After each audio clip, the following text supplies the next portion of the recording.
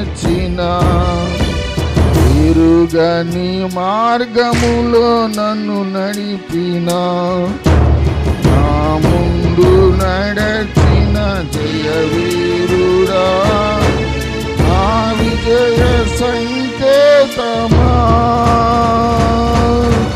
నీవే నీవే నా ఆనందము నీవే నీవే నా ఆధారము నీవే నీవే నా ఆనందము నీవే నా ఆధారము సుమధుర స్వరముల గానాలతో వేలాది దూతల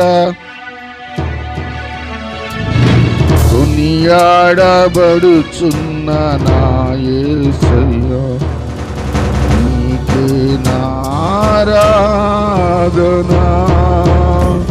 బిగ్గరగా చప్పట్లు కొడుతూ దేవుని మహిమ కలిగిన నామానికి స్తుతి అర్పణ చెల్లిద్దాం. స్తోత్రం స్తోత్రం స్తోత్రం స్తోత్రం. ఆకాశము నా సింహాసనము, భూమి నా పాదపీఠమును సెలవిచ్చిన ఏకైక దేవునికి చేతులెత్తి బిగ్గరగా స్తోత్రాలు చెల్లిద్దాం. స్తోత్రం. నిన్న నేడు రేపు నిరంతరం ఒకే రీతిగా ఉండి అద్భుతమైన మేలులు ఆశ్చర్యమైన కార్యాలెన్నో మన జీవితంలో జరిగిస్తున్న గొప్ప దేవునికి హృదయమంతటితో స్తోత్రాలు చెల్లిద్దాం. స్తోత్రం స్తోత్రం స్తోత్రం. కేవలము నోటి మాట చేత ఈ సకల సృష్టిని అందులోని సర్వమును కలుగజేసిన సర్వాధికారి అయిన దేవునికి చేతులెత్తి బిగ్గరగా స్తోత్రాలు చెల్లిద్దాం. స్తోత్రం స్తోత్రం. ఇశ్రాయేలీయులు చేయి స్తోత్రముల మీద ఆశీనుడైన దేవుడు ఉదయకాల సమయమందు ఆయన మందిరములో చేరి మనము చేస్తున్న ఈ చిన్న స్తుతుల సింహాసనముపై ఆయన ఆశీనుడినందును బట్టి దేవుని గొప్ప నామానికి స్తోత్రాలు చెల్లిద్దాం. స్తోత్రం. నీ కోరికను సిద్ధింప చేసి నీ ఆలోచన యావత్తును సఫలపరిచితనని వాగ్దానం ఇచ్చిన నమ్మదగిన దేవుని వైపు చేతులెత్తి స్తోత్రాలు చెల్లిద్దాం. స్తోత్రం. ఎవరు సమీపింపరాని తేజస్సులో ఆయన మాత్రమే అమరత్వము కలిగి నిత్యము కోటాను కోట్ల దేవదూతలతో పరిశుద్ధుడు పరిశుద్ధుడు పరిశుద్ధుడని పొగడబడుతున్న ఉన్నతమైన దేవునికి చేతులెత్తి స్తోత్రాలు చెల్లిద్దాం. స్తోత్రం. తిరిగి 2026వ సంవత్సరంలో మరొక పునరుద్ధానపు ఆరాధన దినాన్ని దేవుడు మనకు అనుగ్రహించి గడిచిన మట్టలాదివారపు ఆరాధన నుండి మరల ఈ సంవత్సరపు మట్టలాదివారపు ఆరాధన వరకు మనందరినీ క్షేమంగా ఆరోగ్యంగా కాచి కాపాడిన దేవునికి చేతులెత్తి స్తోత్రాలు చెల్లిద్దాం. స్తోత్రం. ఇంతవరకు పాటల ద్వారా దేవుని నామాన్ని మహింపరచడానికి దేవుడిచ్చిన శ్రేష్టమైన సమయాన్ని బట్టి దేవునికి వందనాలు చెల్లిస్తూ జరగబోతున్న కార్యక్రమంలో దేవుడు తన ఆత్మను తోడుగా మనకు అనుగ్రహించి ఈ స్థలమందు చేరిన మనందరికీ కావలసిన మూల్యమైన దేవుని వాక్యాన్ని దేవుడు తన లేఖనములను మనతో మాట్లాడినట్లుగా దేవుని పరిశుద్ధాలయంలో అడుగుపెట్టిన ప్రతి ఒక్కరూ ఒక ప్రత్యేకమైన ఆశీర్వాదాన్ని పొందుకుని స్థలాన్ని వెళ్ళినట్లుగా మనమందరం ప్రార్థనాపూర్వకంగా దేవుని వాక్యం కొరకు ఎదురు చూద్దాం. ప్రార్థన చేసుకుని అందరూ తలలో ఉంచి కళ్ళు మూసుకుని ప్రార్థనలో ఏకీభవిద్దాం.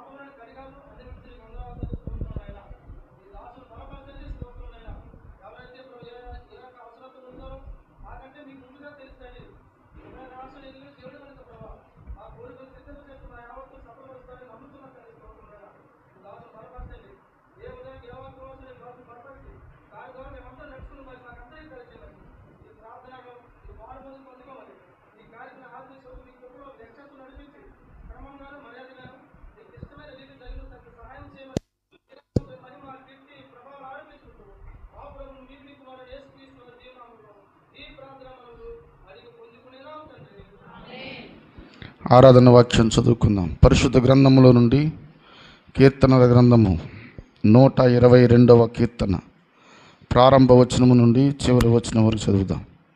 122వ కీర్తన ప్రారంభము నుండి. యెహోవా మందిరమునకు వెళ్ళుదమని జనులు నాతో అనినప్పుడు నేను సంతోషించి తిని, యెరూషలేమా, మా పాదములు నీ గుమ్మములలో నిలుచుచున్నవి. యెరూషలేమా, బాగుగా కట్టబడిన పట్టణము వలె నీవు కట్టబడి ఉన్నావు. ఇశ్రాయేలీయులకు నియమింపబడిన శాసనమును బట్టి యెహోవా నామమునకు కృతజ్ఞతాస్తుతులు చెల్లించుటకై వారి గోత్రములు, యెహోవా గోత్రములు అక్కడికి ఎక్కి వెళ్ళును. అచ్చట న్యాయము తీర్చుటకై సింహాసనములు, దావీదు వంశీయుల సింహాసనములు స్థాపింపబడి ఉన్నవి. యెరూషలేము యొక్క క్షేమము కొరకు ప్రార్థన చేయుడి. యెరూషలేమా, నిన్ను ప్రేమించువారు వర్ధిల్లుదురు. నీ ప్రాకారములలో నెమ్మది కలుగునుగాక. నీ నగరులలో క్షేమముండునుగాక. నా సహోదరుల నిమిత్తమును నా సహవాసుల నిమిత్తమును నీకు క్షేమము కలుగునుగాకని నేనందును. మన దేవుడైన యెహోవా మందిరము నిమిత్తము నీకు మేలు చేయ ప్రయత్నించదను. దేవుడు తన పరిశుద్ధ వాక్యమును దీవించునుగాక. దయచేసి కూర్చుందాం.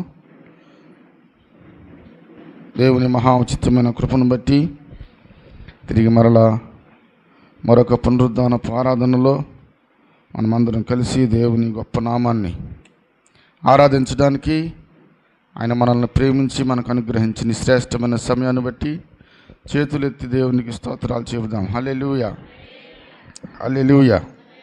కూడి వచ్చిన మీ అందరికి కూడా ప్రభు నామమున వందనాలు తెలియజేస్తున్నాను.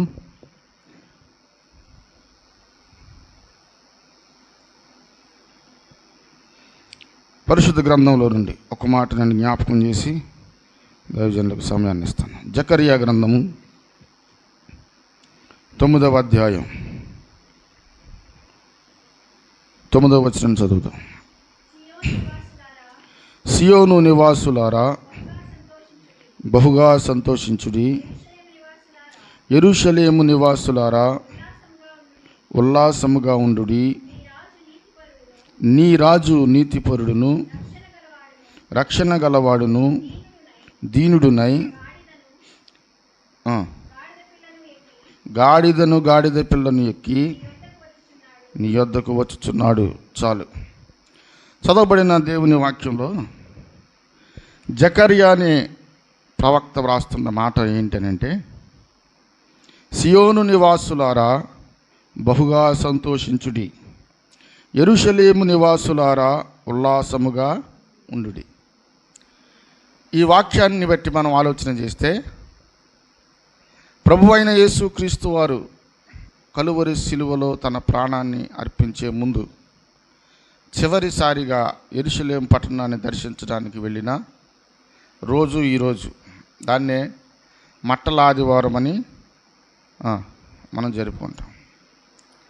యేసు ప్రభు చివరిసారి యెరూషలేమును దర్శించడానికి వెళ్ళటం ఏంటి, దాన్ని మట్టల ఆదివారం అనటం ఏంటి అని అంటే, యేసు ప్రభు ప్రయాణమై యెరూషలేమునకు వెళ్తున్నప్పుడు చాలామంది దారి పొడుగున తమ బట్టలు పరిచారు అని వ్రాయబడింది.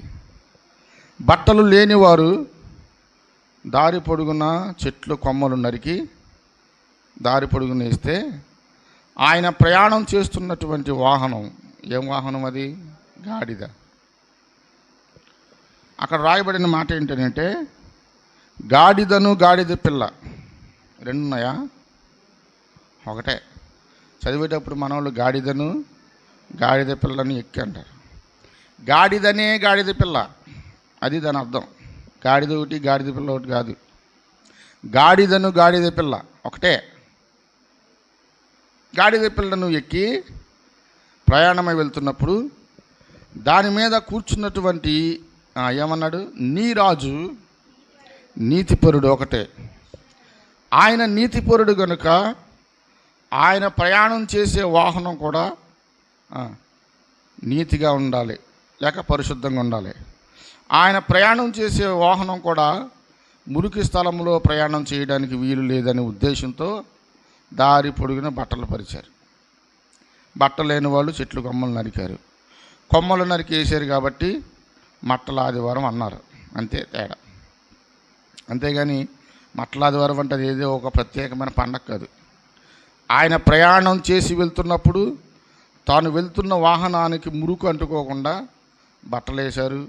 మనం చాలాసార్లు పెళ్ళిళ్ళకి వెళ్తాం కదా, వివాహాలకు వెళ్తాం కదా, వెళ్తే వాళ్ళు ఏం చేస్తారంటే మెయిన్ రోడ్డు దగ్గర నుండి పెళ్ళి జరిగే ప్రదేశం వరకు దారి పొడుగున మ్యాట్లు వేస్తారు. గ్రీన్ మ్యాట్లో, రెడ్ మ్యాట్లో, కార్పెట్లు వేస్తారు. దాని అర్థం ఏంటి? పెళ్ళికి వచ్చే వారందరూ లోపలికే పరిశుద్ధంగా వారి పాదములకు మురికి అంటుకోకుండా ఉండాలి. మరి ఈ లోక సంబంధమైన కార్యక్రమాలకే మనం అంత ప్రాధాన్యత పరిశుద్ధత చూపిస్తే, నీతిపరుడైన నీ రాజు తాను ప్రయాణం చేస్తున్నటువంటి వాహనం గాడిద. గాడిద చాలామంది చాలా విలువలేని దానిగా, నీచమైన దానిగా, పనికిరాని దానిగా భావిస్తారు. కానీ అది చేసే పని మనుషులు కూడా చేయలేరు. స్తోత్రం. చాలామంది పని చేయని వారిని గాడిదతో పోలుస్తారు. గాడిదలాగా ఉన్నా పని చేయవనరా, గాడిదలా తిరుగుతున్నావు, చెప్పిన మాటనమని అంటారు. అంటే గాడిద పనికి రానిదని కాదని అర్థం. అది పని చేస్తుంది. అది మోసే బరువులు కానీ, అది చేసే పని కానీ చాలా శ్రేష్టమైనది. కానీ మనుషులలో ఒక నిర్లక్ష్యమైన దాని గురించి ఆలోచన ఏంటంటే, గాడిదనగా పనికి రానిది చులకనగా చూస్తారు. మనుషుల చేత పనికి రాని దానిగా, ఎవరు ఎన్నిక చేయని దానిగా ఉన్నటువంటి గాడిదను యేసు ప్రభు ఎన్నుకున్నాడు. స్తోత్రం కలుగునుగా. ఇంకేం దొరకలేదండి ఆయనకి. గుర్రాలు ఉన్నాయి, ఒంట్లు ఉన్నాయి, జిరాఫీలు ఉన్నాయి, ఏనుగులు ఉన్నాయి, ఏదైనా తెచ్చుకుని వెళ్ళొచ్చు. కానీ మనుషులు వాటన్నిటినీ ఉన్నతమైన వాటిగా పరిగణిస్తున్నారు కనుక గాడిదనే ఈ వాహనానికి విలువ ఇవ్వటం కోసం యేసు ప్రభు గాడిద పిల్లను తోలుకు రమ్మన్నాడు. సరే, అక్కడ మనం చూస్తే జకర్యా గ్రంథంలో, సియోను నివాసులారా బహుగా సంతోషించుడి, యెరూషలేము నివాసులారా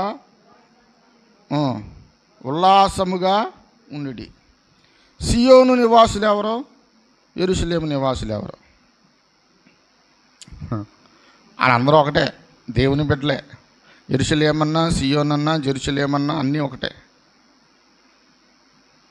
మీరెందుకు సంతోషంగా ఉండాలి, వీళ్ళెందుకు ఉల్లాసంగా ఉండాలంటే, వస్తున్నటువంటి నీ రాజు ఆయన దగ్గర 3 లక్షణాలు కనబెడుతున్నాయి. ఒకటే, నీతిపరుడు. నీతిపరుడు గనక నీతిని గురించి బోధిస్తాడు. నీతిపరుడు గనక నీతిగా ఎలా బతకాలో చెప్తాడు. నీతిపరుడు గనక తాను నడిచే మార్గమంతా నీతిగానే ఉంటుంది. 2, రక్షణ గలవాడు. రక్షణ తన చేత పట్టుకుని వస్తున్నాడు. ఆయన ఇచ్చే రక్షణ భూలోకంలో ఎవరు ఇవ్వలేరు. ఇప్పుడు జరుగుతున్న తంత్రాలు, కుతంత్రాలన్నీ ఇవే. రక్షణ లేని ప్రజలు రక్షణ పొందిన ప్రజలను బాధించడం మొదలుపెట్టారు. రక్షణ లేని వారు రక్షణ ఉన్నవారిని శ్రమ పెట్టడం ప్రారంభించారు. రక్షణ లేని వారు రక్షణ ఉన్నవారిని కష్టాల పాలు చేయాలని ప్రయత్నాలు చేస్తున్నారు. కానీ మనము పొందుకున్న రక్షణ ఉందే, అది సామాన్యమైనది కాదు. ఎందుకనగా ఆ రక్షణనిచ్చిన వ్యక్తి సామాన్యమైన వాడు కాదు. నీతిపరుడు, రక్షణ గలవాడునే. 3, దీనుడుగా. దీనుడంటే తనను తాను తగ్గించుకుని, తగ్గింపు స్వభావము గలవానిగా, దీనుడుగా ఈ లోకానికి ఆయన వచ్చాడు. ఈ 3 గుణములు కలిగిన ఈయన గాడిద పిల్ల ఎక్కి నీ యొద్దకు వచ్చున్నాడు. నీ యొద్దకంటే యెరూషలేము దగ్గరికా, సియోను పురానికా కాదు, మనందరి దగ్గరికి. సియోను పిల్లలు అనగా ఎవరైతే ఆయన యందు విశ్వాసం ఉంచి ఆయన నీతి ప్రకారం బ్రతకడానికి ఇష్టపడి ఆయన ఇచ్చే రక్షణను పొందుకున్నారో వారందరూ యెరూషలేము కుమార్తెలే, వారందరూ సియోను నివాసులే, వారందరూ దేవుని పిల్లలే. నీ యొద్దకు వచ్చుచున్నాడు అనగా మన దగ్గరికి వస్తున్నాడు. 2025 సంవత్సరములకు పూర్వం ఆయన సిలువకెక్కే ముందు చివరిసారి యెరూషలేములో ఉన్న దేవాలయాన్ని దర్శించడానికి వెళ్తే చాలామంది బహుజన సమూహాలు ఆయనను వెంబడించారు. యేసు ప్రభు గాడిద మీద ఊరేగించుకుంటూ వారు తీసుకెళ్తూ దావీదు పేరట వచ్చువాడు స్తుతింపబడునుగాక, జయము జయము హోసన్నా జయమంటూ పాటలు పాడుతూ ఉల్లాసంగా ఉత్సవంలాగా ఆయన వెనకాల చాలామంది ప్రయాణం చేస్తూ ఆ సందర్భాన్ని చూస్తే ఆ యెరూషలేము వీధులలో, సియోను పురపు వీధులలో ఉన్న ప్రజలందరూ ఆశ్చర్యపోయారట. అంత గనుడుగా రాజులాగా ఆయన యెరూషలేము పట్టణాన్ని దర్శించడానికి వచ్చాడు.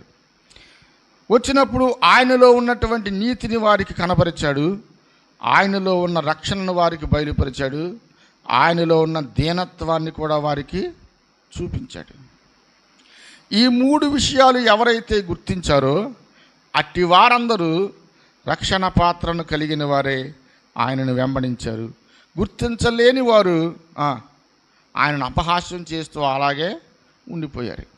ఈ రోజున మనము మట్టలాదివారపు ఆరాధనలో మనిషికో మట్టట్టుకు వచ్చి గుళ్ళెట్టినా లేక మట్టట్టుకు ఊరంతా తిరిగినా దానివల్ల ఏం ప్రయోజనం లేదు. కానీ ఏది ఉండాలి? ముందు నీతిపరుడుగా, రాజుగా, రక్షణ గలవాడుగా, దీనుడిగా వచ్చినటువంటి ఈయన యందు ఎవరైతే విశ్వాసం ఉంచి ఈయన వాక్యానుసారంగా ఎవరైతే రక్షణలో నడిపించబడి వారు ఆశీర్వాదకు కారకులుగా ఉంటారో అట్టి వారిని బట్టి దేవుడు సంతోషించేవాడే ఉన్నాడు.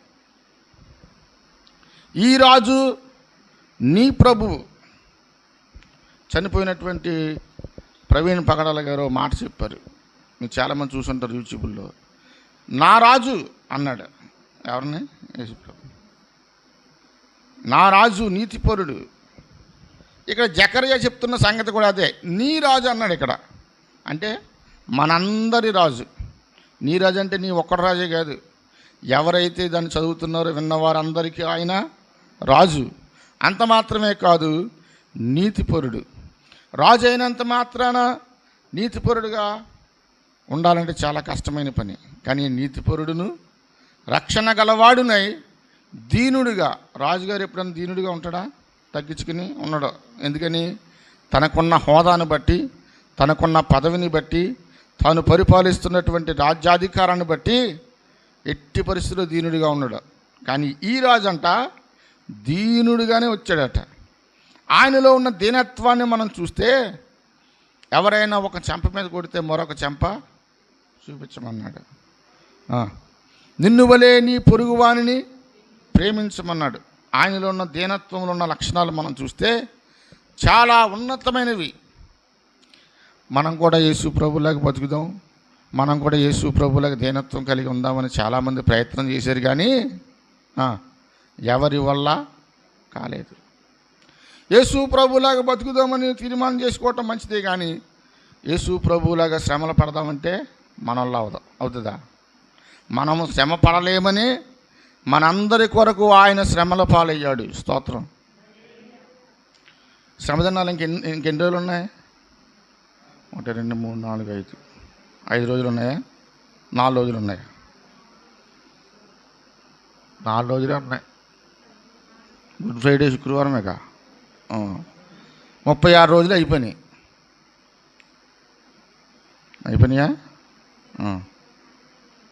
34 అయినాయా?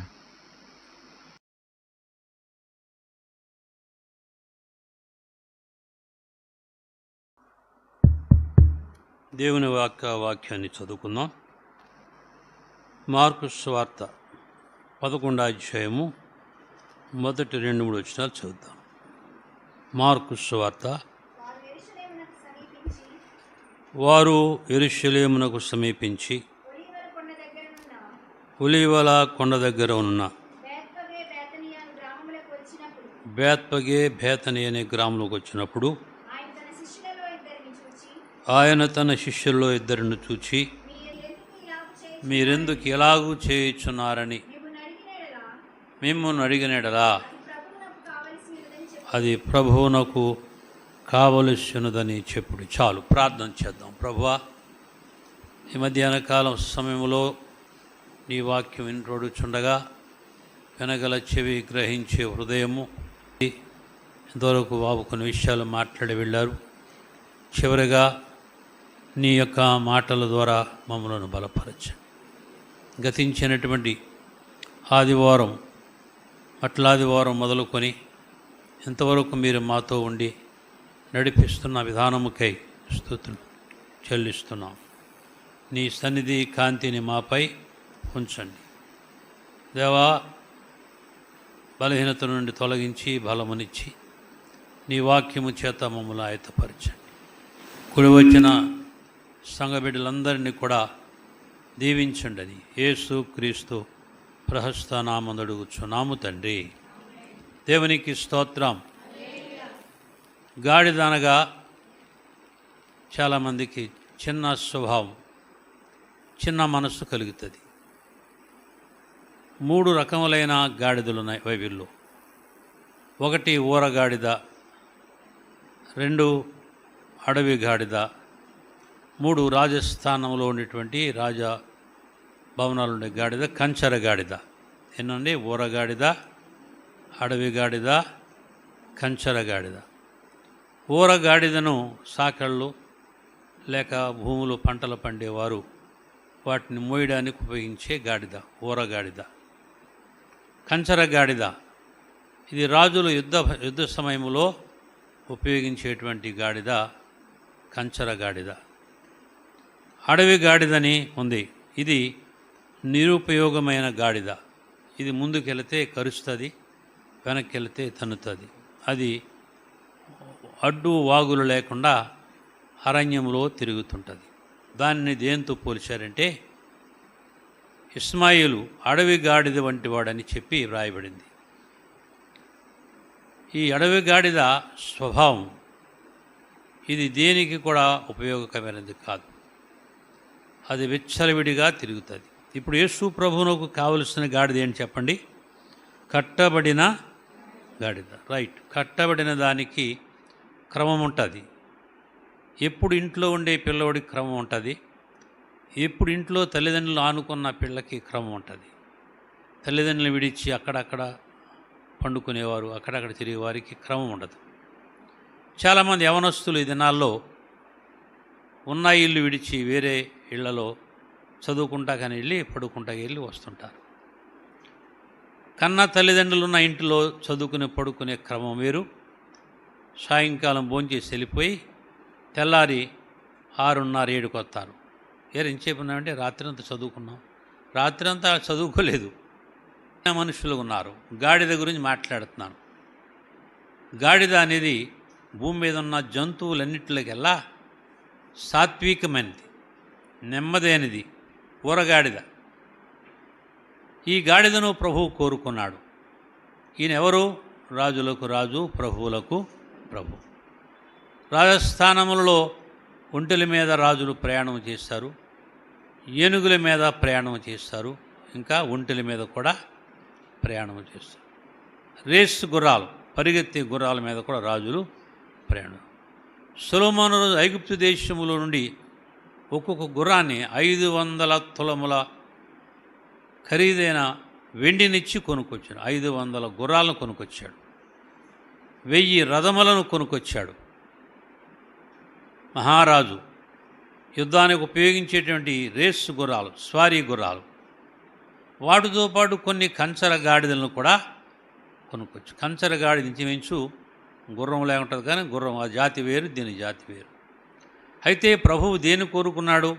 కట్టబడిన చెప్పండి గాడిద. దీనికి క్రమం ఉంది, నెమ్మది ఉంది, సాత్వికం ఉంది. ఇది మానవ జీవితానికి సాదృశ్యం. యేసుక్రీస్తు ప్రభు శిష్యులకు చెప్పినట్లుగా వారు వెళ్ళారు. ప్రభువును వెళ్ళమంటున్నావు, ఆ ఊరోళ్ళు ఎవరో మాకు తెలియదు, ఆ గాడిద ఎవరో తెలియదు. లేదు, మీరు బేతనియ గ్రామానికి వెళ్ళండి. బేతనియ యెరూషలేమును కొన్ని మైళ్ళ దూరం. ప్రభువు సిలువ వేయడానికి ముందు బేతనియ నుండి యెరూషలేము వెళ్ళడానికి ప్రయాణం చేయబోతున్నాడు. యేసు ప్రభువారు బ్రతుకుండగా ఎన్నిసార్లు గాడి మీద ప్రయాణం చేస్తారు? ఎవరు చెప్పగలరా? చెప్పండి ఎవరైనా. చెప్పాలా? యేసు ప్రభువును హేరోదు రాజు హతమారుస్తున్న సమయంలో బాలుడైన యేసును తీసుకుని మరియమ్మను తీసుకుని యోసేపు గాడిద మీద తీసుకుని బెత్లెహేము నుండి నజరేతునకు తీసుకుని నడిపించుకు వెళ్ళాడు. 1. 2, యెరూషలేము దేవాలయం ఎలాగుందో చివరగా చూడాలని ఆశ కలిగి వెళుతున్నప్పుడు ఉపయోగించిన వాక్య భాగం. యెరూషలేము అందమైన పట్టణం, సౌందర్యమైన పట్టణం. అయితే ఆ పట్టణం పాడైపోయింది, చెడిపోయింది. దేవాలయము కూడా పాడైపోయింది. చూద్దాం. ఆయన ఎద్దకు దాన్ని తీసుకురాగా వారు దాని మీద బట్టలు వేస్తారు. అంతకుముందు బట్టలు ఉన్నాయా? లేవు. బూడిద దుమ్ముతో తిరిగేటువంటి ఆ గాడిద. ఊరిలో బట్టలన్నీ మైలు మురుకు బట్టలన్నీ కూడా మూటగట్టి సాకలవాడు అటు ఒక మూట ఇటు ఒక మూట వేసి తోలుకెళ్ళే ఆ గాడిదను ప్రభు కోరుకున్నాడు. దేవునికి స్తోత్రం చెప్దాం. ఎవరో ప్రేమించని గాడిద, ఎవరో ఎక్కని గాడిద, ఎవరో దానిని ఉపయోగించని గాడిదను ప్రభు కోరుతున్నాడు. ఇది పాప ఆత్మలే మానవునికి, చెడిపోయిన మనుషునికి సాదృశ్యం. తీసుకొచ్చారు. తీసుకురాగానే గాడిద పిల్ల, అది ఫ్రెష్. అక్కడ ఏముంటుందంటే ఎవరునూ ఎప్పుడునూ దాని మీద ఏ మనుష్యుడును ఎక్కలేదు. గుర్రం ఎక్కలేదు. ఏం ఎక్కలేదమ్మా? గుర్రం. అది ప్రభువునకు కావలసి వచ్చినప్పుడు దాన్ని తీసుకొని వచ్చారు. దాని మీద బట్టలు వేశారు. బట్టలు దేని గుర్తనగా పరిశుభ్రతకు గుర్తు. మీరందరూ వచ్చేటప్పుడు ఈ కుర్చీలన్నీ వేసి యవనస్తులు అన్నీ తుడిచాడు. కుర్చీలు బాగానే కనబడవచ్చు, అవి మీ కంటికి కనబడకుండా ఉండే దుమ్ము ఉంటుంది. ఇదివరకు సాపలు వేసేవారు. సాపలు వేస్తే సాపల్లో కూడా దుమ్ము ఉండేది. సాపలు వేసిన తర్వాత తుడిచేవారు. సాపలు అయిపోయినాయి, బరకాలు అయిపోయినాయి. ఒక అమ్మాయి డెంటల్ స్టూడెంట్స్ 60,000 రూపాయలు ఎట్టి తివాసులు కొనిచ్చింది. అవి ఒకరు మడతెట్టి పక్కకు తీయాలంటే చాలా కష్టం. కుర్చీలు వచ్చినందువల్ల మడతపెట్టి పైకి తీసుకుపోయి నెట్టేసాం. మీటింగ్ టైంలో ఉపయోగిస్తాం. అది చాలా బరువు. అవి చూడడానికి చాలా అందముగా ఉండి చింతపిక్క రంగులో, కానీ దాని నిండగా దుమ్ము ధూళి. మరి ఎలాంటి దాని మీద కూర్చుంటే మనుషులకు బట్టలు ఏమంటుకు దుమ్ము అంటుకుంటుంది. యేసు క్రీస్తు ప్రభు దగ్గరికి తీసుకొచ్చినప్పుడు అక్కడ ఏం జరుగుతుంది చూడండి. వారు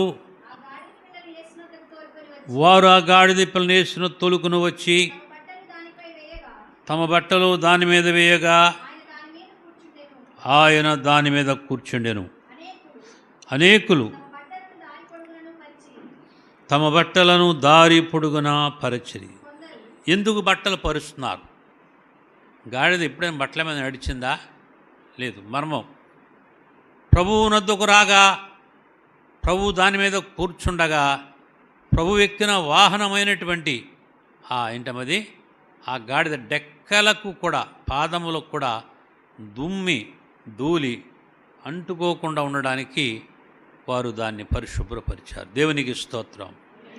పరిశుద్ధ పరిశుద్ధ పరిశుద్ధ ప్రభువా వరదోత లైనాని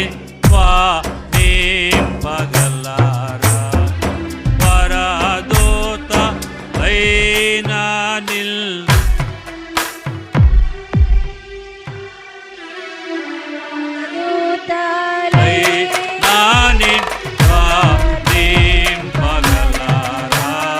దేవునికి స్తోత్రం. వచ్చుచున్న మన ప్రభు పరిశుద్ధుడు. ఆయన జీవితము పరిశుద్ధం, ఆయన వస్త్రధారణ పరిశుద్ధం, ఆయన కూర్చుండే స్థలము పరిశుద్ధం, ఆయన మాటలు పరిశుద్ధం. ఆ గాడిద మీద బట్టలు వేయగానే దానికి చాలా విలువ వచ్చింది. గాడిదలు పొలాలమంట, గట్లమంట, కాలువ గట్లని తిరుగుతుంటాయి.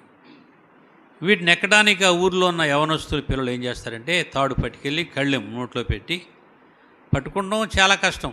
ఆ పట్టుకునేవారు నేను ఒకప్పుడు కూడా వెళ్ళాను. 2-3 గంటలు పరిగెడితేనే దొరకదు 4-5 కలిసి.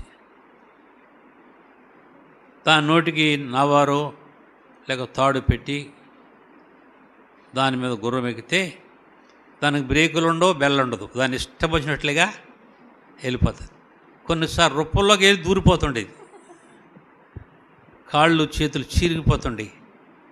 కొన్నిసార్లు తాడి చెట్లు పక్క వెళ్ళిపోయి తాడి చెట్టుని అదిమేసేది, నొక్కేసేది.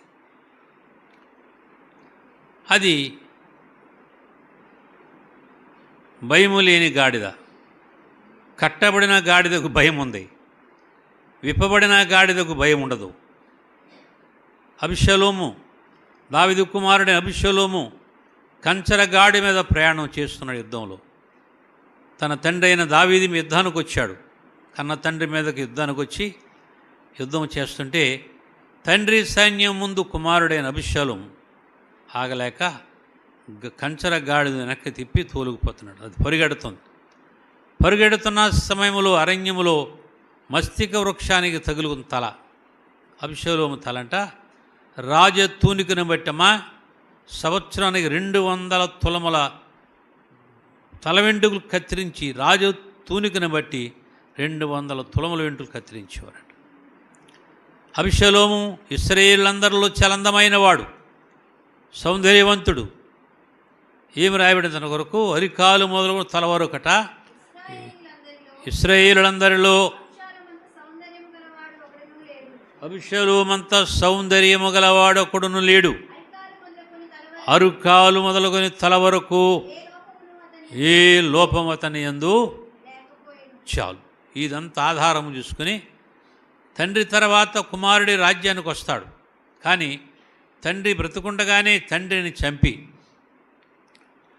రాజ్యాక పరిపాలన చేయాలని యుద్ధానికి వచ్చాడు తండ్రి మీదకి.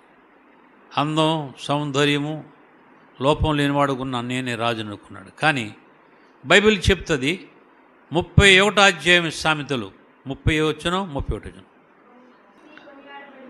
యెహోవా యందు భయభక్తులుగానే స్త్రీ కొనియాడబడును. చాలు. అందమును ఆధారం చేసిన అబిషలోము కంచర గాడిద మీద యుద్ధమునకు వచ్చాడు. కానీ తండ్రి సైన్యము ఎక్స్పీరియన్స్ అనుభవం గల యుద్ధంలో ఎలా ఇచ్చింది. కుమారుడు యొక్క సైన్యం ఆగతాయి సైన్యం. కుమారుడైన అబిషలోము యుద్ధం కూడా చేయడం చేత కాదు. సీనియర్స్ ముందు జూనియర్స్ ఆగలరా? ఆగలేరు. పారిపోతుంటే తాను ప్రేమించిన తల వెంట్రుకలే మస్తిక వృక్షానికి ఇలాగ తగులుకుంటంతో 2 కాళ్ళ కింద గాడిద వెళ్ళిపోయింది. తల వెంట్రుకలు కొమ్మకు చిక్కుపోయి కిందకు వేలాడుతున్నాడు. ఈలోక తండ్రి సైన్యం వచ్చి, తండ్రి సైన్యానికి కుమారుడి సైన్యానికి ఏమి జరిగిందమా? యుద్ధము జరుగుతుంది. వారు ఊరుకుంటారా? యుద్ధ సమయంలో శత్రు దొరికితే ఊరుకుంటారా? మాట్లాడండి. ఊరుకోరు. వెంటనే గురి చూసి బాణాలతో కొట్టి చంపేశారు. అబిషలోము కంచర గాడిద ప్రయాణం చేసి యుద్ధములో ఓడి పారిపోతున్నప్పుడు ప్రాణాన్ని పోగొట్టుకున్నాడు. అది కంచర గాడిద. ఇప్పుడు ఊరగాడిద ఎక్కి యేసు ప్రభువారు ఎక్కడికి వస్తున్నారు? ఆయన యెరూషలేమునకు వస్తున్నాడు. చదవమ్మా. ఆయన యెరూషలేమునకు వచ్చినప్పుడు ఆ పట్టణమంతా ఈయన ఎవరో అని అందరు ఆశ్చర్యమైగా కేకలు వేస్తున్నారు. ఏమని? హోసన్నా, హోసన్నకే జయం, దేవునికే జయం, ప్రభువు పేరట వచ్చువాడు స్తుతించబడుగాక అని గాన ప్రతిగానాలు చేస్తున్నారు. దేవునికి స్తోత్రం చెప్పండి గట్టిగా. అయితే ఎందుకు యేసు ప్రభు యెరూషలేమును చూడవచ్చునంటే, యెరూషలేము మహారాజు పట్టణం. యెరూషలేము ఏముంది అక్కడ? అందమైన దేవాలయం ఉంది. ఆ అందమైన దేవాలయం ఎలా ఉందో చూద్దాం. ఆ దేవాలయము నీవే, ఆ మందిరము నీవే. నీ దేహము దేవునిది, శుద్ధాత్మకు నిలయమది. నీ దేహము దేవునిది, శుద్ధాత్మకు నిలయమది. ప్రభు కర్పణ చేయనిదే, పడగొట్టును అపవాది. ప్రభు కర్పణ చేయనిదే, పడగొట్టును అపవాది. నీ హృదయ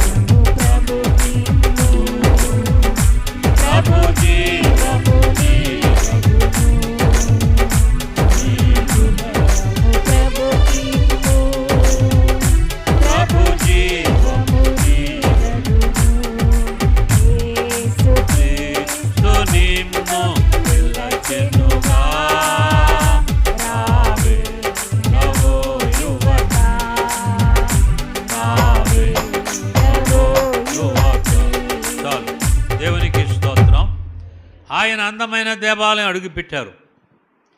వెనక ముందు జనసమూహము కేకలు పెడుతున్నారు. చెట్ల కొమ్మలు, ఒలివ చెట్లు, ఖర్జూరపు చెట్లు, కొబ్బరి చెట్లు, తాటి చెట్లు ఆకులతో స్తుతిస్తున్నారు. చాలామంది బట్టలు పరిచారు. బట్టలు దేనికనగా మన పాదములకు దుమ్ము అంటకుండా ఉండాలి. ప్రభు ఎక్కిన గాడిదకు కూడా డెక్కలు, బురద అవ్వకూడదు. మరి బట్టలు లేని వారు ఏం చేశారు చూడండి. కొందరు తమ పొలములలో నరికిన చెట్ల కొమ్మలను పరిచిరి. మరియు ముందు యేసు ప్రభువునకు ముందు వెళ్ళుచుండిన వారును వెనక వచ్చుచుండిన వారును జయము. ఎవరికి జయము? ప్రభువు పేరట వచ్చు వారికి జయం. మీరందరూ ప్రభు పేరట వచ్చారు. మీకు పాపం పట్ల, లోకం పట్ల జయము కలిగింది. లోకాన్ని, పాపాన్ని జయించిన వారు వందల వేల మంది ఉన్నారు భీమవరం పట్టణంలో. ఇప్పుడు టౌన్లోకి వెళ్ళి చూడండి, ఎంత ఎండగా ఉన్నా హాయిగా అన్ని రోడ్లలో తిరుగుతున్నారు పిల్లలు, పెద్దలు వచ్చినారు. మనం ఎక్కడున్నాం? ఆయన మందిరములో ఉన్నాం. మనం ధన్యులం. దేవునికి స్తోత్రం. అందుకంటాడు, నీ మందిరమందు నివసించేవారు ధన్యులు, యాత్ర చేయు మార్గములు వారికి అతి ప్రేములు. రైట్. ఆయన మందిరములోకి వచ్చారు.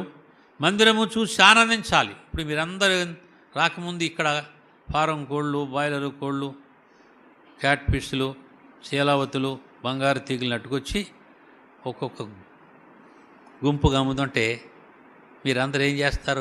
పాస్టర్ గారు చర్చిలో ఏంటి మార్కెట్ పెట్టారంటే మీరు ఆ గుమ్మంగాడికి వెళ్ళిపోతారు. అదే జరిగింది. చూద్దాం. యేసయ్య దేవాలయంలోకి వెళ్ళి చూస్తానికి వెళ్ళినప్పుడట, వారు యెరూషలేమునకు సమీపించినప్పుడు దేవాలయంలో ప్రవేశించి ముందు క్రయ విక్రయాలు అమ్మడం, కొనడం జరుగుతున్నాయి. ఆకుకూరలు, కాయగూరలు, చేపలు, మాంసం. క్రయము, అమ్మడం, విక్రయం. క్రయము, కొనడం, క్రయ విక్రయం, అమ్మడం, కొనడం జరుగుతుంది. కీబోర్డ్ లేదు, ప్యాడ్ లేదు, కుర్చీలు లేవు, పాటల పుస్తకాలు, బైబిల్ లేవు. ఏముంది చూడండి. క్రయ విక్రయములు చేవారిని చూచి ఎవరు ఎలగొడుతున్నారు? యేసయ్యే. కోపం వచ్చేసిందని. యేసు ప్రభు కోపం ఉందా లేదా? యేసు ప్రభు కోపం, మరి దేవుని సేవకును కోపం ఉండదా? 6 లక్షల మంది నడిపిస్తున్న మోషే కోపం ఉందా? చెప్పండి ఎవరైనా. ఉంది. 6 లక్షల మందికి ఒక్క నాయకుడు ఇసిగించి వేసారి చేసేశారు. అందుకే మాటి మాటికి మీరు ఏంటి లోబడినొల్లని ప్రజలు, మీరు నా విశ్రాంతిలో ప్రవేశింపరు. మన సాక్షి లేనివారు. తాగుతూనే ఉన్నారు, ఎక్కడ నీళ్ళు తింటూనే ఉన్నారు, పూరీళ్ళని ఎక్కడది మాంసం తింటానే ఉన్నారో ధరించి పళ్ళలో ఉండగానే ఆహారం వారు మర్చిపోయారంట అప్పుడు. అందుకే వాళ్ళ పళ్ళన్నీ పుప్పళ్ళు అయిపోయినాయి. పుప్పళ్ళు ఉన్న వాళ్ళందరూ ఐగుప్తు తెగుళ్ళు ఉన్నవాళ్ళే.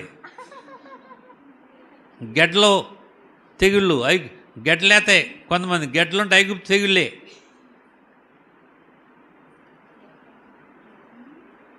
తాపకరమైన జ్వరాలు వచ్చేసి అరణ్యములు ఎంతమందికి?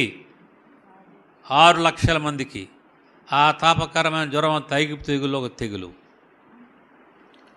మీ ఇంట్లో ఆడ మనిషి కానీ మగ మనిషి కానీ గుడ్డుతనం ఉంటే ఐగుప్తు శాపములో ఒక, చెప్పండి, శాపమే.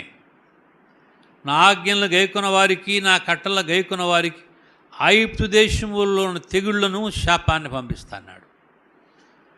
యేసు ప్రభువు కూడా కోపం వచ్చింది. చూద్దాం. ఆయన దేవాలయంలో ప్రవేశించి క్రయ విక్రయములు చేయుచున్న వారిని బయటికి వెళ్ళగొట్టనారంభించి, రోకలంటే నూకలా, రోకలంటే ఏంటాం చెప్పండి అయ్యా, చెప్పండి.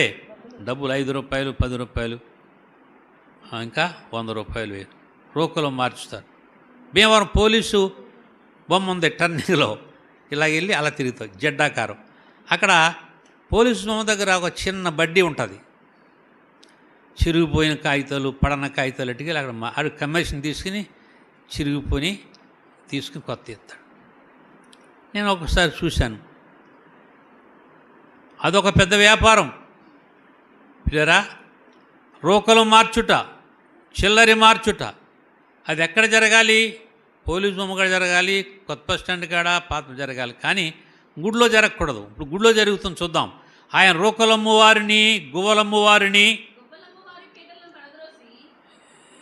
గువ్వలమ్ము వారి పీటలను పడదు. యేసయ్య మందిరములు ఏం చేశారంటే రకరకాల పరిస్థితులు చేశారు. ఇవన్నీ చూసి ప్రభు బాధపడుతున్నాడు, దుఃఖపడుతున్నాడు. ఏమని దుఃఖపడుతున్నాడమ్మా? మరియు ఆయన దేవాలయములో బోధించుచు నా మందిరము, నా ఆలయము, నా దేవాలయము సమస్తమైన అన్యజనులకు ప్రార్థనా మందిరము అనబడను అని వ్రాయలేదా? అయితే మీరు దానిని దొంగల గుహగా చేసిరని. ఇది ఎంత విచారం! దొంగల గుహ ఎలా ఉంటుంది? అరణ్యములో బండరాళ్ళు, ముసుగులు లేక గుబురులు ఉన్న కాడ దొంగలు నివాసం చేస్తారు. మన రోడ్లో చెరువు ఉందిగా చివర, దాని పేరేంటి తెలిసి ఎవరైనా మీకు? సగం చెరువు అంటారు.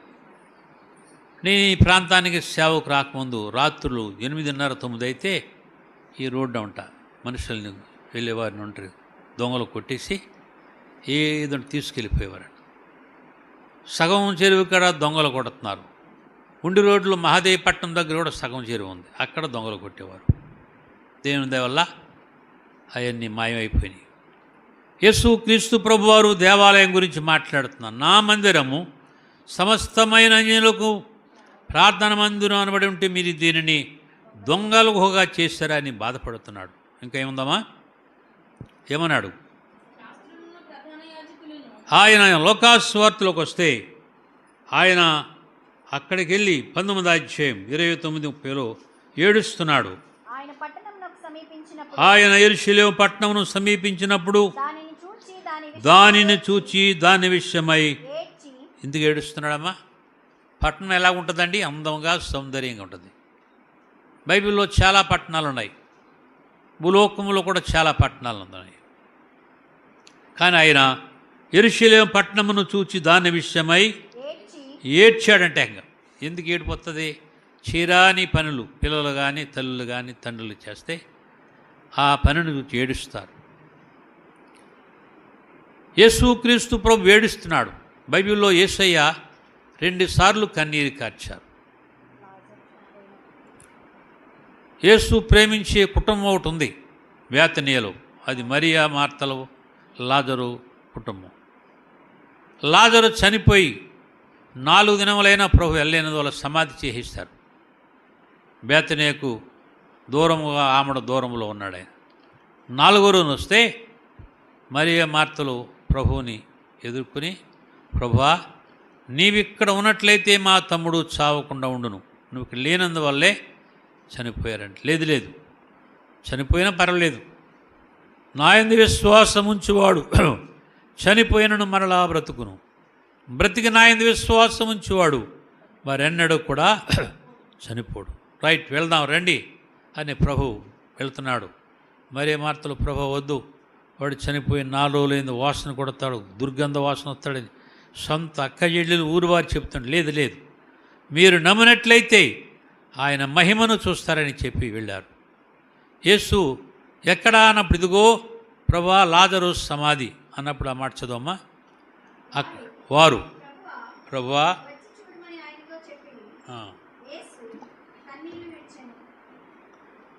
యేసు ప్రభు బేతనీయున వారితో కలిసి వెళ్ళాడు.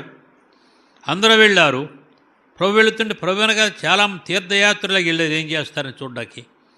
ప్రభువు తాను ప్రేమించే లాజరు సమాధిని చూడగానే ఏమొచ్చిందమ్మా? ఏడ్చాడు. చాలా సింపుల్గా ఉంది లైన్. యేసు కన్నీరు విడిచెను. ఇక్కడ లోకాస్వార్తలోకి వస్తే రండి వాక్యంలో, యెరూషలేము పట్టణమునకు వచ్చి యెరూషలేము దేవాలయం అడుగుపెట్టి ఆ దేవాలయము చూచినప్పుడు దాని విషయమై ఏడ్చి, ఓ యెరూషలేమా, ఓ యెరూషలేమా, అందమైన సంగతులను తెలుసుకుని ఎడలా నీకెంతో మేలు, కానీ నీవు దానిని నీ కనులకు ఇప్పుడది మరుగు చేయబడి ఉందా. చాలు చాలు. యవనస్తులారా, యవన బిడ్డలారా, సంఘస్థులారా, ఇంకా మీలో అనేకులు దేవునికి మరుగై ఉన్నారు. రక్షించబడిన వారు మరుగగా లేరు. రక్షణ పొందలేని వారు మరుగై ఉన్నారు. ప్రభువుని విశ్వసించిన వారు బహాటముగా ఉన్నారు. ప్రభువుని విశ్వసించిన వారు మరుగై ఉన్నారు. ఏదేనులో ఆదామవ్వలు వారు దేవునికి మరుగవకుండా చాలా కాలం హ్యాపీగా ఉన్నారు. ఎప్పుడు వారు మరుగయ్యారు చెప్పండి ఎవరైనా?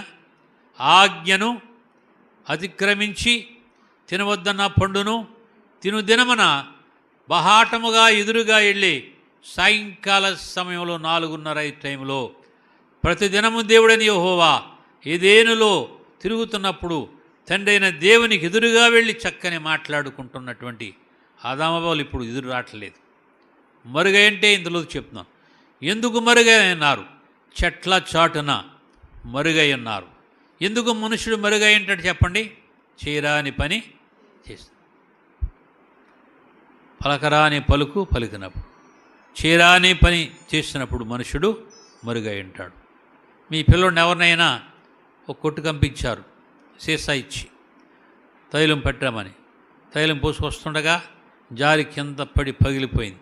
తైలం భూమిపాలైపోయింది. వాడికి ఇంటికి వస్తాడా? వస్తాడు కానీ ఎక్కడో దూరంగా ఉండి మా మమ్మీ కొట్టేద్దేమో, మా డాడీ కొట్టేస్తాడేమో అని పక్కపక్కలా ఉంటాడు.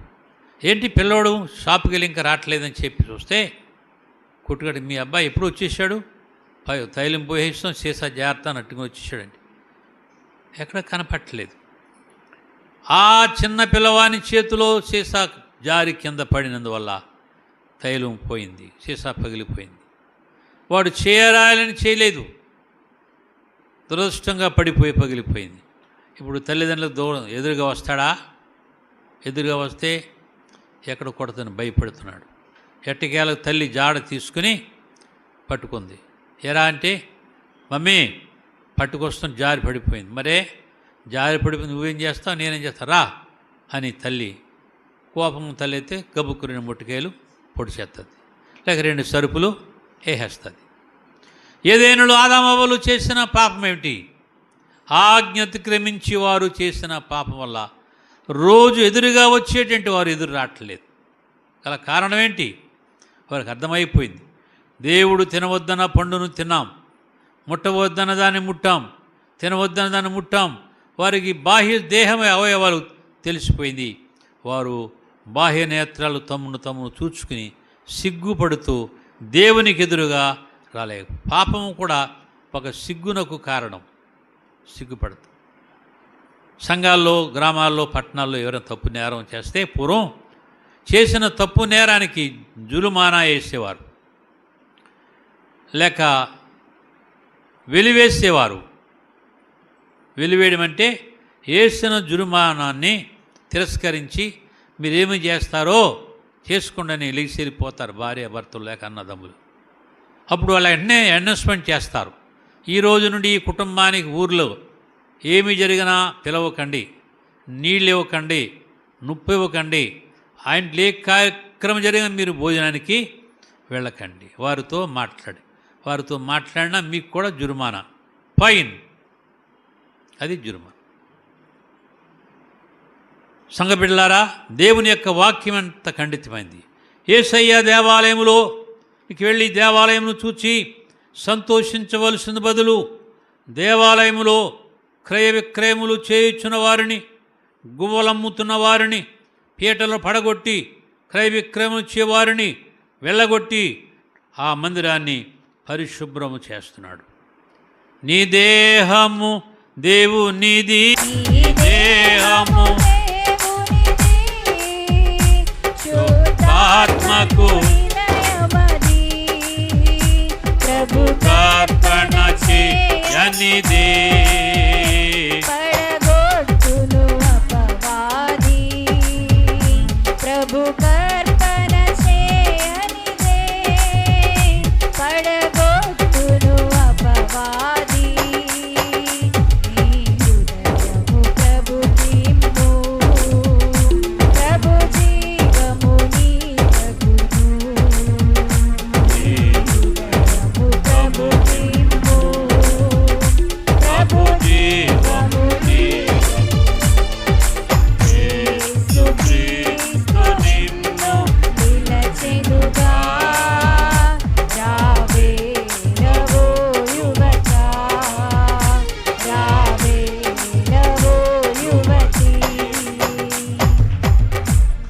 దేహము దేవుని ఆలయం. బీబీరాజు గారు బలమైన అందమైన మందిరం కట్టించారు. ఇది బాహ్య సంబంధమైన మందిరం. మనం ఎవరమ్మా? మన ఆలయం అండి. మన ఆలయం ఆత్మ సంబంధమైన ఆయన ఆలయం. మన ఆలయంలో ఏముండాలి? ప్రార్థన ఉండాలి, వాక్యం ఉండాలి, సహవాసం ఉండాలి, సన్నిధి ఉండాలి. కొరింథీ పత్రిక రాసిన మొదటి కొరింథీ పత్రికలో మీ దేహము దేవుని ఆలయమని మీరు ఎరుగరా? మీరు దేవుని ఆలయమై ఉన్నారనియు దేవుని ఆత్మ మీలో నివసిస్తున్నాడనియు మీరెరుగరా? చూసారా యవనస్తులారా, పిల్లలారా, పెద్దలారా, ఎవరైనను దేవుని ఆలయమును పాడు చేసినలా దేవుడు వానిని పాడు చేయను. ఆగమం. చాలామంది దేవుని ఆలయాలను పాడు చేస్తుంటారు. ఇప్పుడు ఈ సంవత్సరంలో చాలా ఆకివీడు ఉండి మండలాల్లో 9 మందిరాలను కూల్చేశారు. మణిపూర్, త్రిపుర, మేఘాలయ ప్రాంతాల్లో కొన్ని 100 మందిరాలను కూల్చేస్తారు. ఆర్ఎస్ఎస్ వాడు, బజరంగ దళ వాడు. వాళ్ళకి ఏమొస్తుంది అలా పడేయడం వల్ల? ప్రభు వాక్యం నెరవేరాలి. అంచెదినములలో అపాయకరమైన కాలములొచ్చును. మనుష్యులు స్వార్థపీలు, బింకములాడువారు, అహంకారులు, దేవుని కంటే సుఖానుభవం ఎక్కువగా ప్రేమించువారు, పైకి భక్తి గలవారి వలె ఉంటారు కానీ దాని శక్తిని ఆశ్రయించిన వారై ఉంటారు. ఇట్టి వారికి విముఖుడవై వేరై సపరేట్ అయి రక్షణ పొంది ఉండాలని ప్రభు మాట్లాడుతున్నాడు. దేవుని ఆలయం నీ దేహాన్ని ఎలా కాపాడుకుంటున్నావు? 15వ సంవత్సరంలోనే ఈ దేహాన్ని ప్రభుకి నేను అర్పించాను. మీలో ఏ వయసులో ప్రభువునికి సమర్పించుకున్నారో ఆలోచన చేయండి. మన దేహాన్ని ప్రభుగా సమర్పించుకోకపోతే మన దేహంలో అనేకమైన తలంపులు, ఆలోచనలు ఉంటాయి. మన దేహంలో ఉప్పు, పులుపు, కారము, నీసు, నాసు తింటున్న ఈ షడ్రుషులు, సప్తఋషులు తింటున్న మన దేహాన్ని గట అనేకమైన ఆలోచనలు వస్తుంటాయి. వాటన్నిటిని జయించాలంటే యేసు ప్రభువుని స్వరక్షకుడిగా నిగ్రహ శక్తి కావాలి. ఒకసారి అరణ్యంలో ఋషులు, ఒక 30 మంది ఋషులంట, లోకంలో ఉన్న పాపం మనలో ఉండకుండా ఉండాలంటే కొన్ని దినాలు తపస్సు పెట్టారంట. వాళ్ళకి ఆహారం ఏంటంటే ఆకులు, అలములు, కంద మూలాదులు, దుంపలు తిని ఉన్నారు 30 మంది ఒక సంవత్సరం. అయినను వారికి అప్పుడప్పుడు పాప సంబంధమైన తలంపులు వస్తుంటే వారు ఓడిపోయి కిందకు వచ్చేసి ఇక మేము ఉండలేం అన్నారు. ఏమయ్య ఋషులు, సాధువులు అంటే, అబ్బే ఎలాగ ఉన్నప్పటికీ మాకు పాత జీవితము, పాత అలవాట్లు, పాత స్వభావం మాలోకి వచ్చేస్తుంది. ఆకులు, అలములు తిని, దుంపలు తిని, సెలయేర్లు నీరు మాత్రాన్నే పాపం పట్ల జయం ఉంటే ఈ బైబిల్ అక్కర్లేదు. పాపం పట్ల జయం ఉండాలంటే మత్తయి సువార్త 3వ అధ్యాయం యోహాను ద్వారా ప్రభు అనౌన్స్మెంట్ చేయించారు. 3వ అధ్యాయం 2-3 వచనాలు. పరలోక రాజ్యము సమీపించినది, మారు మనస్సు పొందుడని యోదయ అరణ్యములో ప్రకటించుచుండెను. ప్రభువు మార్గమును సిద్ధపరుచుడి, ఆయన త్రోవలను సరళము చేయుడని అరణ్యములో కేకవేయొక్కని శబ్దం. చాలు చాలు అనౌన్స్మెంట్ చేస్తున్నాడు యోహాను గారు. అయా పరలోక రాజ్యము సమీపించింది కాబట్టి మీరందరూ మారు మనస్సు పొంది యేసుక్రీస్తు నామములో మీ పాపముల విషయములో మీ దేహముల అపరాధ దోషం పరిహరించాలంటే మీరు నమ్మి బాప్తీసం పొందాలి. అనగానే అక్కడంట సమరయ, గలిలయ, యోదయ, యెరూషలేము వారు అందరూ వచ్చి యోర్దాను నది, పవిత్రమైన పుణ్యనదిలో వారు బాప్తీసం పొందారు. బాప్తీసము పాప పరిహారానికి గుర్తు, ఆచారం, అలవాటు కాదు. పాప పరిహారానికి గుర్తుగా తండ్రి, కుమార, పరిశుద్ధ నామములో బాప్తీసము తీసుకోవడం పాపానికి జయించడానికి సాదృశ్యం. కాలేజీ చదువుతున్నారు, హై స్కూల్ చదువుతున్నారు, లేక ఉద్యోగంలో ప్రవేశించారు. రక్షణ పొందుడు ఒక ఏమి అడ్డు కాదు. అపవాది మిమ్మలను కొన్నిసార్లు ఆటంకపరచవచ్చు. అపవాది యొక్క తలంపులు, ఉద్దేశాలను లయపరచాలి. ఒక అమ్మాయి దాన్ని పరిశుద్ధముగా ఉంచుకున్నారు. అపవిత్రముగా లోక సంబంధమైన చెడుగు పాపము దేహములో లేకుండా తలంపులు, ఉద్దేశములు, ఆలోచనలు అన్నిటిలో పరిశుద్ధముగా ఉన్నారు. ఇప్పుడు చదవమ్మా కొరింథీ పత్రికలో, మీ దేహమును ఎవరైనా పాడు చేస్తే వాడు దేవుని ఆలయమును పాడు చేయను. మీరు ఆ ఆలయమై, ఏ ఆలయమై ఉన్నారు? పరిశుద్ధమైన ఆలయం.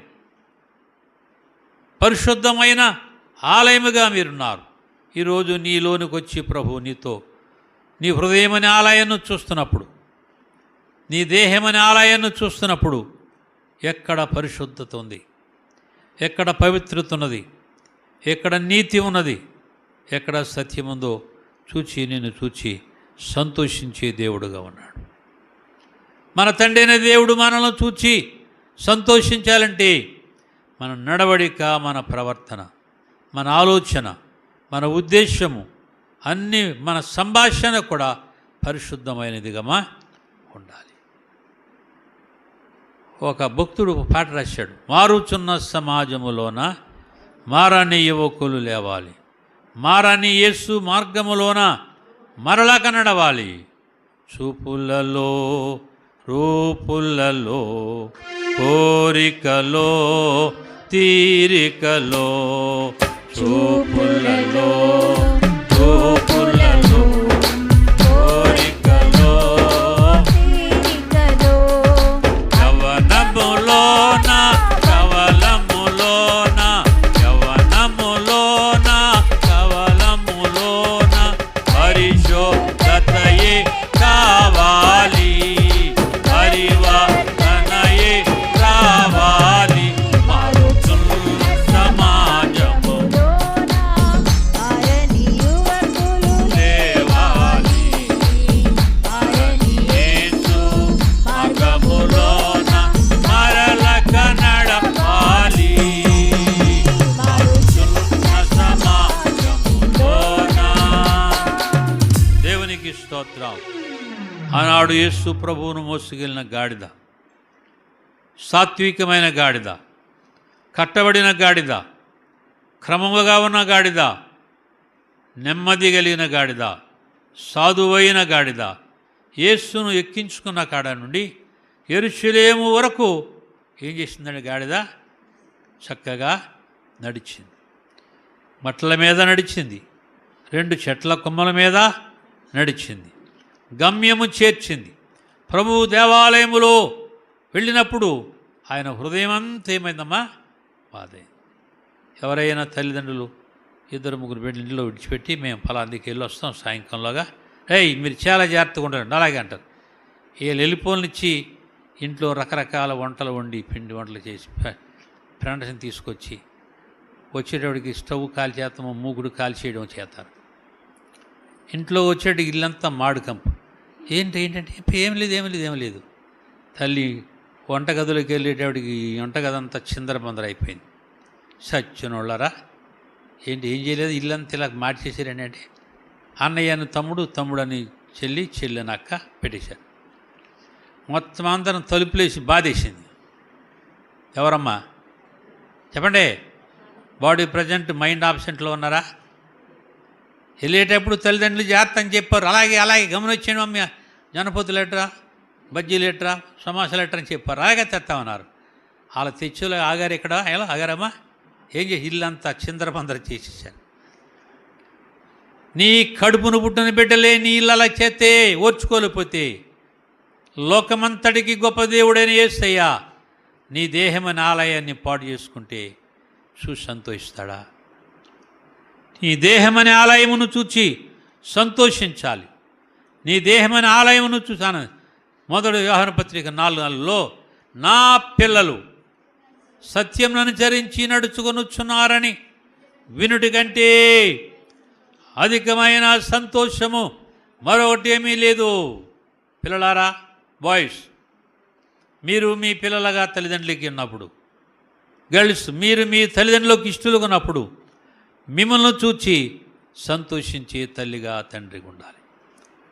మా పిల్లోడి గురించి మా మనసు పాడైపోతుందని, మా అమ్మాయి గురించి మా మనసు బేజారెత్తిపోతుంది. ఏమంటే అబ్బే ఎక్కడికి వెళ్ళొద్దండి అక్కడికి వెళ్తుంది, ఎవరితో మాట్లాడొద్దండి వాళ్ళతోనే మాట్లాడుతుంది. ఈమె తెత్తదో కుంభరం, తండ్రి కోయిట్లో ఉన్నాడు లేక తల్లి కోయిట్లో ఉంది, ఇక తెగిపోయిన గాలిపటం లేక ఆ ఈదికి ఈ ఈదికి వెళ్ళిపోతున్నారు. మా అమ్మగారు మాట్లాడుతుంది మన ఊరిలో, బాబా వాళ్ళని కాయలేకపోతున్నాను, నా కళ్ళు కాయలు దేరిపోతున్నాయి, అటు ఇటు తిరగలేక నడు వసిలిపోతుంది, ఇలా రమ్మంటే ఒక తలాగ వెళ్తుంది, అలా రమ్మడు పిల్లలు ఇలాగెళ్తుంది, ముసలిదాన్ని నీకు ఎందుకు ఊరుకో అంటున్నారు. పైగా చూసారా, వయసు వచ్చిన పిల్లలు పగ్గాలు తెంపుకొని గుర్రాల్లాగా పరిగెడుతున్నారు. యవనస్తులారా, మీ పరుగు చాలా జాగ్రత్తగా ఉండాలి, మీ నడవడిక చాలా జాగ్రత్త. ముగించేస్తున్నాను, టైం అయిపోయింది. ఇక్కడ యేసయ్య బేత్పగే బేత నుండి యెరూషలేమునకు వచ్చి ఆయన రాజు లెక్కవలసిన వాహనాలు ఎక్కలేదు, కానీ సామాన్యమైన మనుషులు ఉపయోగించే వాహనాన్ని ఎన్నుకున్నాడు. అదే గాడిదండి, ఊరగాడిద, సాత్వికమైన గాడిద. ఇళ్ళను గాడిద నెక్కియే స్తోత్రములతో, ఇళ్ళను గాడిద నెక్కియే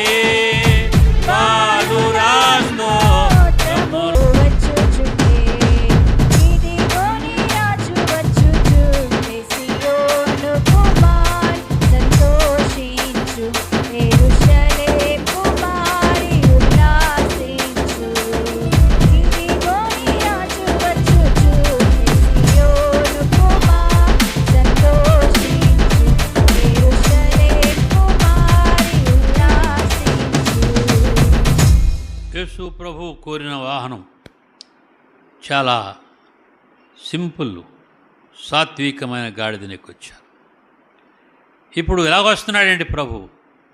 గాడిద మీద కాదు, రాజాది రాజుగా ప్రభు వస్తున్నాడు. వేవేల దూతలతో ప్రభు మధ్యాకాశం రాబో. ఈ దుర్గాపురం భారతదేశం, బొంబాయి, కలకత్తా రాడు. ఒకప్పుడు భూలోకానికి వచ్చాడు,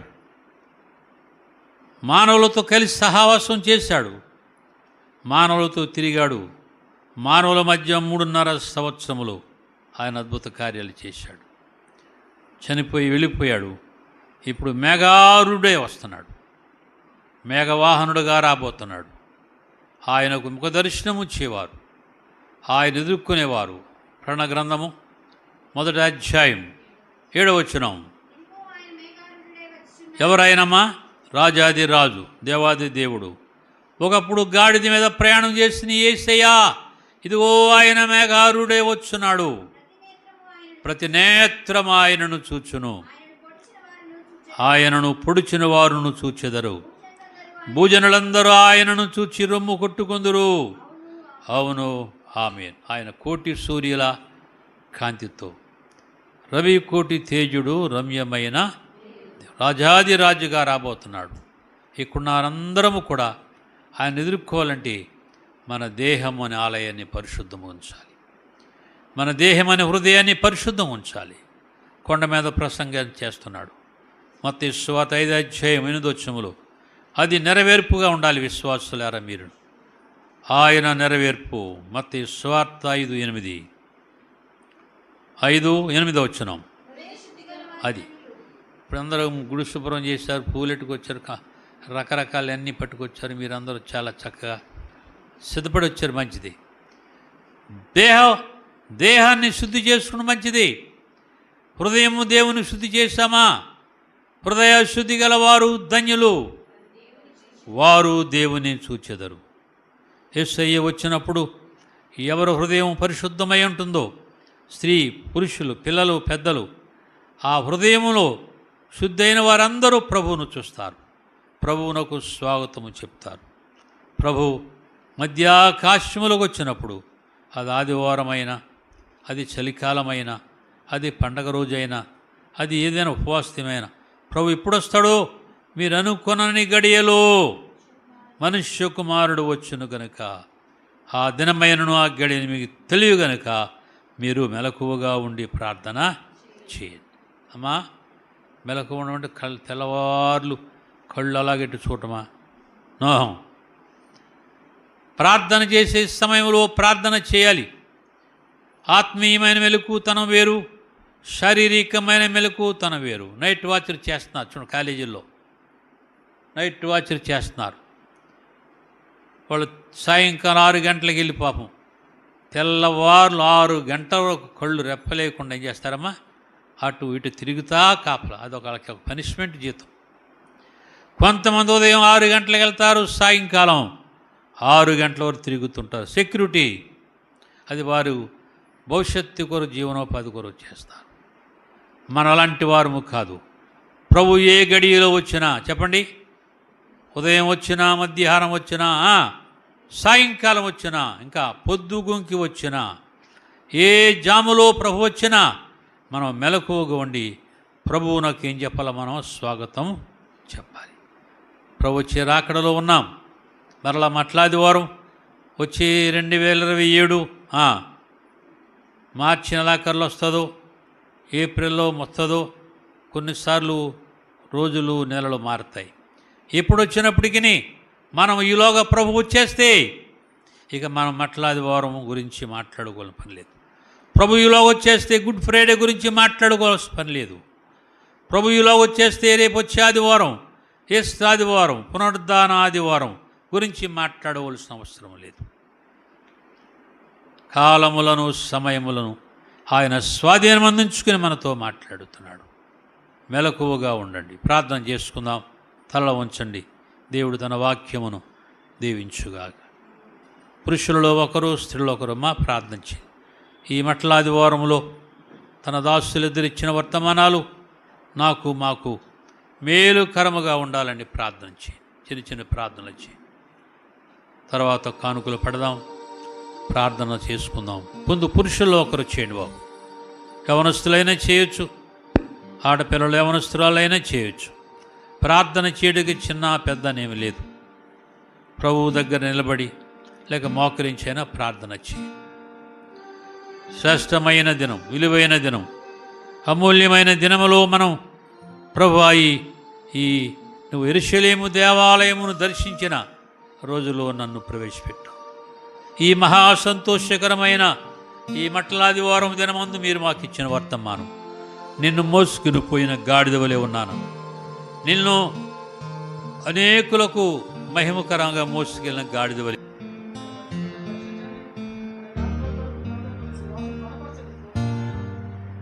ప్రార్థన చేద్దాం. ప్రార్థన చేసుకుందాం.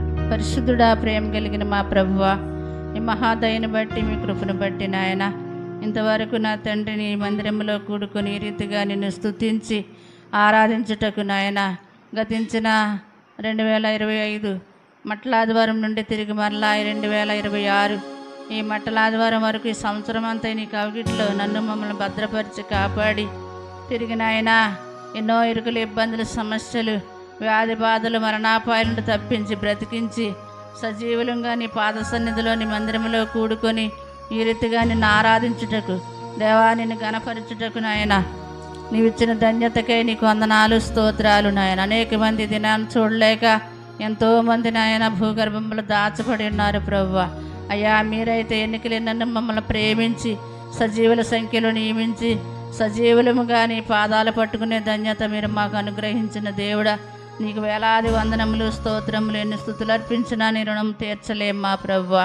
మీకు వందనాలు నాయన. ఈ సమయంలో ఎంతవరకు మీ దాసులను ఒకరు వెంబడి ఒకరు నిలవబెట్టుకుని మాకు కావలసిన ఆత్మీయాహారాన్ని నడిపించండి ప్రభువా. భయంకరమైన దినాల్లో నీతో జీవించే ప్రభువా మాకు మీరు దయచేసి నడిపించండి ప్రభువా. బలహీన బలపరచండి, సంపూర్ణ ఆరోగ్యం దయచేయండి ప్రభువా. మీకు వందనాలు, స్తోత్రాలు. ఈ సమయంలో నీ మందిరంలో నిలబడిన ప్రతి ఒక్క బిడ్డని దేవానికి వందనాలు. మీకు కాకుండా ఆయన ఆవిడ పట్టని చిత్తం ఏమైనారో దేవా, నన్ను మీకు వందనాలు ఆధారకు దయచేయండి. సమయంలో జరుగుతుండగా జ్ఞానం కలిగిన మనసు